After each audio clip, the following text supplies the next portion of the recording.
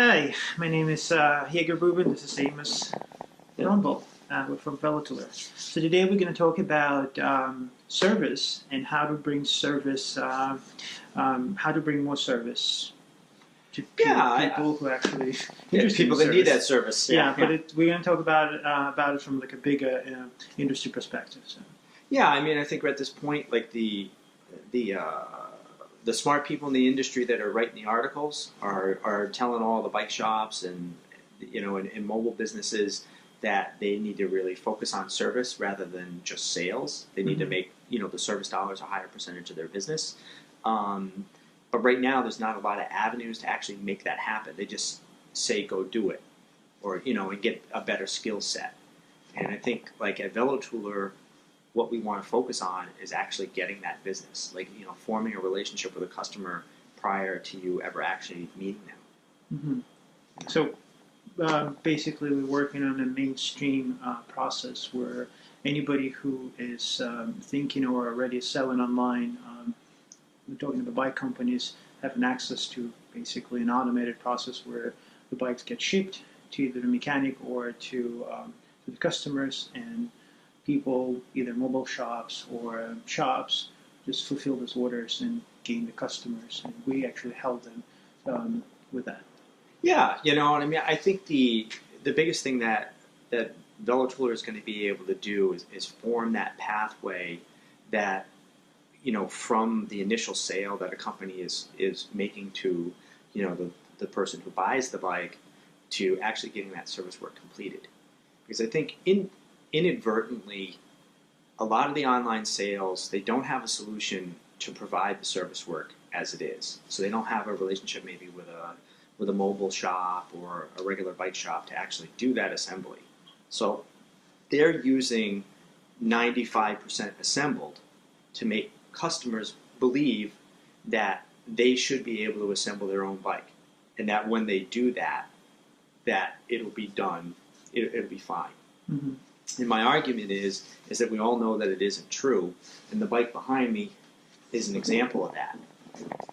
This customer, he purchased the bike. It's a nice bike, nice mountain bike, full suspension, and it was the first new bike he's purchased like in 10 years. His wife got it for him as a present. And you've known the guy? I've known the guy. I've known the guy for 20 years. Actually, probably more than that. Did he ever use you as a... No. I've never been used to do any service for him or make any purchases of any kind. And he, probably through some indirect communication, he was able to find me. Mm-hmm. So he knew I was out there, but he'd never used me in all the time. I've had my own store for 14 years. He's never even been in my store one time. Mm-hmm. So this was like a new thing, and I do have a relationship that would make it possible that a customer would purchase a Diamondback and they would come to my store. Mm-hmm. Like I did sign up for that, and it's something I want. I mean, it's one of the things I want in my business. I want these companies to drive business, like especially service work, to my location, so that I don't have to necessarily buy a bunch of bikes and have them sit on the floor and then try to figure out how to get rid of them. But the customer was able to get the bike together. Mm-hmm. So he put it together. He rode it for about 8 miles. And then he also knew that he couldn't do it right. It's got a dropper seat post, and he had no idea how to hook it up. It's got some, a shock on the back and a fork on the front, and he doesn't know how to set them up, and he wants help with that. And he also had some misgivings about how the shifting was working. Mm-hmm. So, this is not completely ideal in how I want it to go, but it's a lot closer, So basically, let's reverse a little bit. So the person bought the bike. He never used your service before.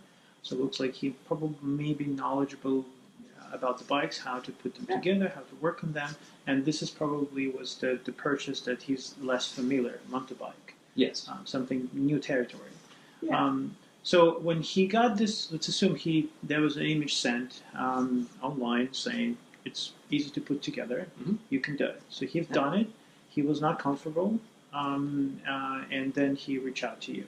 But if in the case if he actually was able to do it together, and this image 95%, bike, do it, everything's going to be fine. Would he ever actually come back to you? What do you think? I think it's probably unlikely. I mean, if he had, if he had at least a better experience assembling the bike himself, he probably wouldn't have reached out to me. But I think this is an experienced cyclist with years of riding ability who was focused or who was presented with a problem that he couldn't solve. So, like, he is like probably almost the ideal customer to receive a 95% assembled bike who still couldn't do it. So, I mean, what do you do with the customer that doesn't even have the skill set that this guy has? Well, people are stubborn. They still try to learn. There's Still so gonna try many to learn, videos yeah. available how to do it. And then I think my argument is like, if the industry is saying is if they want actually shops to switch more on service because the sales are hurting everyone. And I think the message they're sending out is 95%. It's as you said before, it's really conflicted. Indirectly, they're really killing the idea of service because they're letting the belief out the customer is capable of doing it. If not, there's a learning curve they can follow, and as soon as one person knows how to do it, they keep doing it themselves. Yes. So they never actually ever going to use any service after they learn, because then what's the purpose of the learning curve? They spend time, which is always money, and so on. So, and that's the thing. I think one of the things that is going wrong is that once a customer has invested the effort, to learn the skills, that I mean, basically, even if they don't do it as well as what would be considered ideal, they do it well enough. mm-hmm. And maybe that but does Shimano want the performance of their derailleur to be 90 or 95% as good as it could be? Like is that what the company wants? I mean, like, in other words, the end result that a customer that gains the confidence of doing some assembly but actually doesn't do it to the level that it was designed to be, is that the result that industry wants? I mean, is in other words, like, are they going to be is they want to create the best experience for their customer, and like I said, this is the almost ideal person to get a bike assembled to what a typical shop would see when it comes in, and he can't do it, and he's probably at the better end of the scale of somebody to do it, and he doesn't get the result that he's looking for. Mm-hmm. So then he's going to seek out somebody to do that service work. So I want to get the companies to start using shops and mobile to provide that service work, even for online sales. And I want shops to realize, like, this person isn't always going to come into them.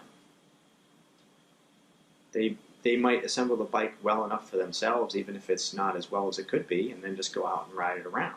And then you get $0. Like that's the thing. Like, if we all focus on, like, how you get these customers, because the traditional model is, you buy the bike from me, and then when you come back, I am gonna, adjust the cable because it's stretched on the derailleur, and then maybe I notice your chain is